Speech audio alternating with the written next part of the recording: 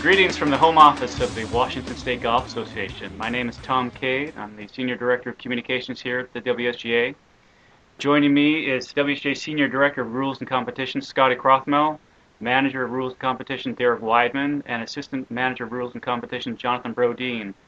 Also with us is our PJ Boatwright intern, Jeffrey Kettman, who has been here for 6 months. And we just got back from a lunch. And where did we go, Jeffrey? We went to Red Robin. Is that your favorite place? Of course.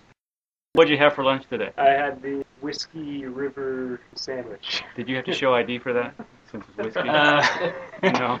We took Jeffrey to lunch today because he did such a great job for the staff all season long. Really, it's been a great thing having him here. Our primary focus with these podcasts is to keep our listeners, members, and golfing public up to date on what's happening in the game of golf, primarily looking at regional, state, and local golf here in the Northwest. Our special guest joining us on today's podcast is WSGA Executive Director Troy Andrew. Welcome, Troy. Hey, it's good to be here. Today we're going to discuss the recently confirmed 2013 WSGA Winter Series schedule. We're also going to talk about some of the news, some of you may have already heard about, but some of the news that came out from the USGA and the R&A that we'll discuss in our Rules Corner. First of all, Troy, you and Scotty just recently attended the International Association of Golf Administrators annual meeting down in Tucson, Arizona. Why don't you tell us a little bit about what the IAGA's purpose is and maybe some of the highlights from the conference? Sure. The IAGA stands for the International Association of Golf Administrators, and it's really administrators that get together that are representing amateur golf from golf associations across North America, and actually this year we had someone there from Nicaragua, so it's truly becoming an international association. And really, it's a great time to share ideas and all that golf associations are doing for the game of golf. It's a time to get down and brainstorm with other people that have similar core functions of their golf association that we do for the Washington State Golf Association. So, for example, Scotty, he got a chance to meet with a lot of directors of rules and competitions and talk about what they're doing for their championships and qualifiers or championship volunteers, rules officials, things like that. It's a good chance for the communications and marketing departments to get together and talk about marketing initiatives that the golf associations are doing, what's working, what's not working, publications. The NGA produces the Pacific Northwest Golfer. Other associations have association magazines, so it's a good time to share ideas. This year, in the last couple years, have been real nice because the USGA has gotten a lot more involved.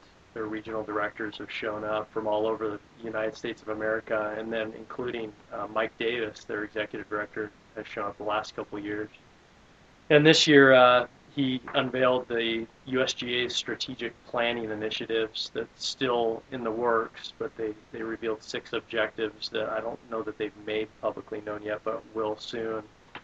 And Mike got up in front of this group and spoke, and just to hear what the USGA is doing is always kind of nice to hear it right from the top. So they also, presenters there were National Golf Foundation, kind of carries out a lot of the statistics on the growth of the game and how many rounds are being played, and they gave an annual report, which is nice to know how the industry is doing throughout the country and throughout the world. And then this year the PGA of America attended to roll out their Golf 2.0 initiative.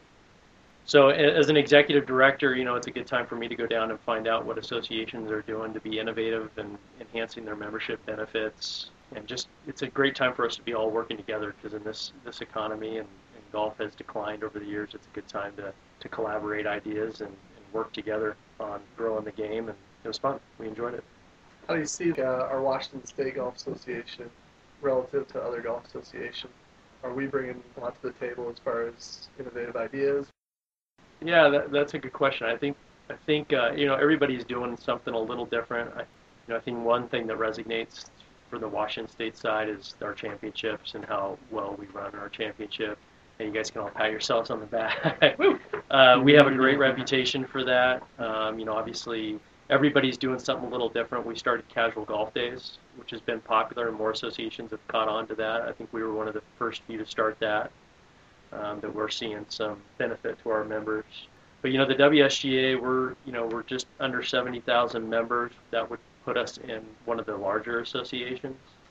But we've also seen I think the hot topic back there from a golf association standpoint, Derek, is kind of like what people losing members, or they gaining members? And we've been on a steady decline. This year we've kind of evened out, and I think we're going to start seeing some growth with some of the things we're doing. So it's kind of hard to quantify because every golf association is doing a little different depending on their demographic or where they're at, what works in their area. Scotty, your perspective about the IHEA from the rules of competition and championships. It's a lot of what Troy said. It's just, it's been nice for me. I think this is the 5th year in a row that I've been able to go, and meeting so many different tournament directors and staff members from around the country. A lot of things that we've added in the past few years, whether it be championships or different things that we do at championships, have come from other associations and what they do. And I know that a lot of what we do has been adopted by other associations, so it's just a great way to kind of see what other people are doing and get new ideas. One of the biggest things was the change in the state AM. That was all kind of sparked at this meeting a few years ago, seeing how popular it was with other associations and how many entries they had and the quality of golf courses that they were getting each year. So that's something that's kind of been in the works that I took out of this meeting. And so it's a great way to go back and see what people are doing and get some ideas. Why don't you go through the new format for the WSGA Men's AM? Yeah, new format, 54-hole stroke play. Originally it was a 72-hole championship, so we're going down to 3 rounds, still with a 36-hole cut, down to 60 players and ties. We'll start the field with 120 players. We're coming up with the exemption list right now, which will be about 60 to 70 names, and then the remaining 50 or 60 spots will be filled at 2 qualifiers, and those have been confirmed this week. Derek, I know you confirmed the Gold Mountain Golf Club to host the qualifier on the west side of the state, and just yesterday, Wine Valley jumped on board to host the qualifier on the east side of the state. So Chambers Bay for a championship site and 2 great qualifying sites. More information on that will be announced in a press release next week, just kind of explaining the format, and it'll go up on the website so people can get familiar with it. But we're excited. It should be a big change and something nice. Just to reiterate for our listeners, Chambers Bay has agreed to host the site of the Washington State Amateur this next year. We're very excited about that. Troy, you wanted to maybe touch on some of the things on the horizon for the WSGA just real quickly?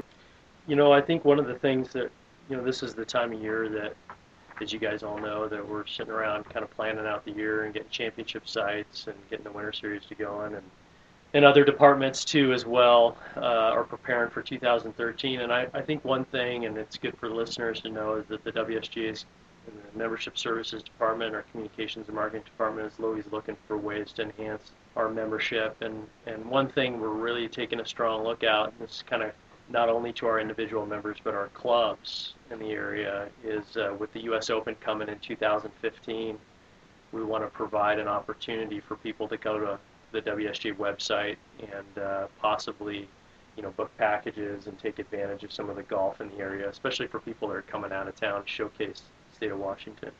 So we're really taking a strong look at some platforms that we can utilize our website for to bring play to the courses in the area, hopefully entice people to play some of the great golf courses we have surrounding Chambers Bay during the U.S. Open, because we'll sell 40,000 tickets a day, and that fit 40,000 people a day in Chambers Bay, maybe more. I'm hearing it could be even higher.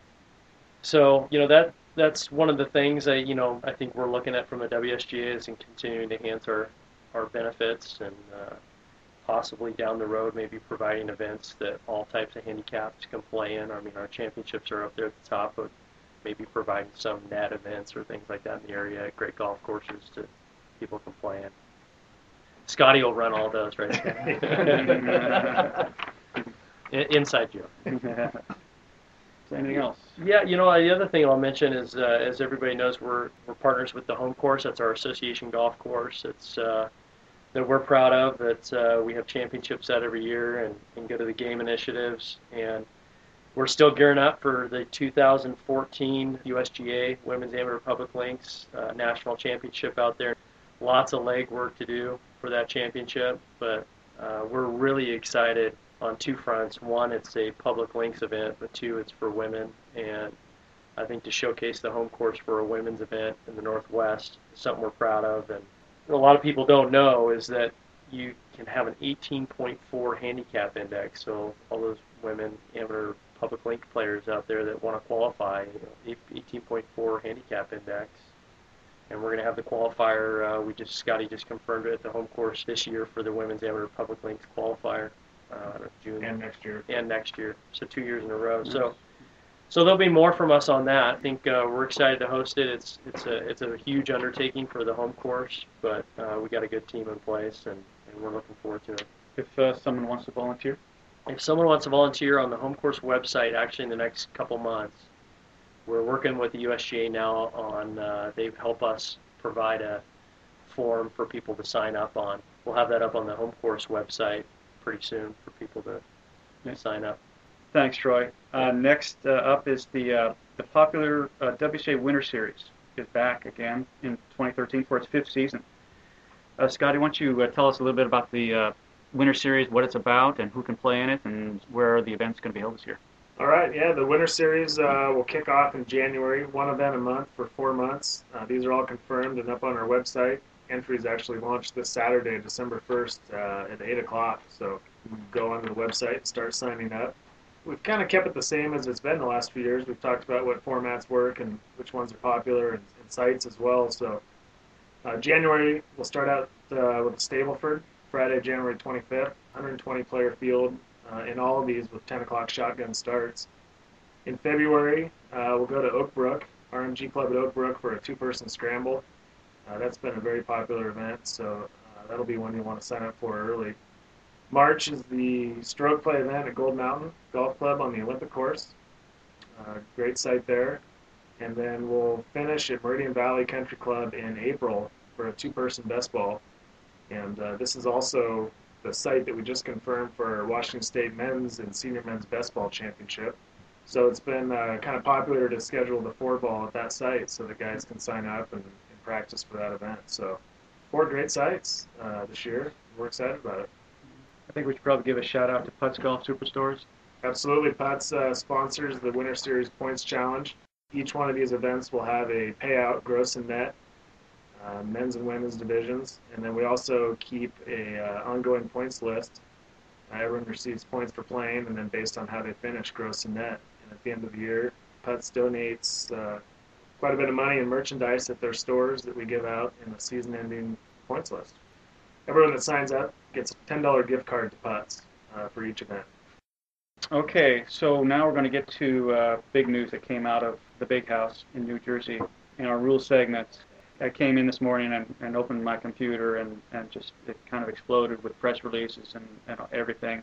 The news from the USGA and the R&A regarding the rules change on anchoring. And I think this is going to be a very hot topic over the next 6 months or whatever it's going to be. A lot of discussion going back and forth. And in fact, I've noticed on the USGA website that even on their website, they're asking for feedback from anybody. Anybody can mail in their feedback. Anybody can email in their comments. Thoughts? What do you think? Scotty, I know you play with an anchoring putter, so you start. I do. I will for 3 more years. Yeah, kind of on and off. I just wanted to try it and see what it was all about. Find it interesting. We talked about it a little bit last time. It doesn't work for everybody, but it's an interesting ruling. Banning anchoring. So, Matt Kuchar, his style against the forearm, that'll still be allowed. Not outlawing the putters, so players can still use them and not anchor them. So it'll be interesting to see how players adapt if they still want to use that style of a stroke and a putter. They can do it without anchoring. Yeah, the main focus, I think, from the USGA, what the verbiage is going to say is, in making a stroke, the player must not anchor it or use an anchor point, so they can't fix it. That's the main issue, is fixing it to the body, whether it's fixing the forearm to the body or the hand with the long putter. So the note that they're going to put in is the club's anchored directly when the player intentionally holds the club or gripping hand in contact with any part of his body, except that the player may hold club or gripping hand against the hand or forearm. So it doesn't get any more clear than that, right? I wish we had video so that you could show everyone how you worked out a new stroke just anchoring your elbow. Well, that's how Jack Nicklaus did it back in the day. He anchored the elbow into the hip. Well, specifically, what rule is this in the rules of golf? What are they talking about? It'll be written under 14.1b. What's the timing of this process?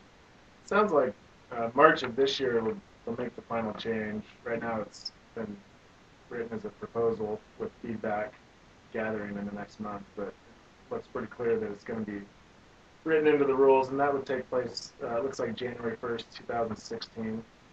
They kind of look at the next few years as a transition period for players that are using it. Similar to the way the grooves rule played out, giving players a chance to kind of adapt to that. So looking at it, barring a change, it looks like that's how it'll happen. So there's still 3 years to use. I was impressed. I guess it's a little out of the ordinary for the USGA and the R&A, as Tom said a little while ago, that they're opening it up for feedback, and I think that's a great move. Just even though I wouldn't want to be the person on the other end getting the feedback, because they're going to get inundated, but I think it just shows you that the rules of golf just aren't decided by like 4 people in a room, and they think this is the way it is. But I think USGA and R&A have just become more somewhat subjective and just trying to protect the integrity of the game, but at the same time listening to the golfers, because that's a tough one. Rules changes are tough because we're trying to make the game more enjoyable for people. And so I think by them doing it that way, I commend the USGA for doing it. Good way to go about it. Do you think anyone's answering that inbox? Yeah, exactly. Yeah. Well, not until March. Yeah. The full story and video and photos and everything is listed on our website now, thewsga.org. So you can go there and check it out and see for yourself. Thanks, everyone, for your time. Gotti Croftmel, Derek Weidman, Jonathan Brodeen, and our special guest today, Troy Andrew, WSGA Executive Director, and Jeffrey Kettman, PGA Boat Ride Intern. And thanks again for your last 6 months being here. It's been great having you. Thank you. Again, you can visit our website at thewsga.org for information, or you can contact the Championship Department at 800-643-6410.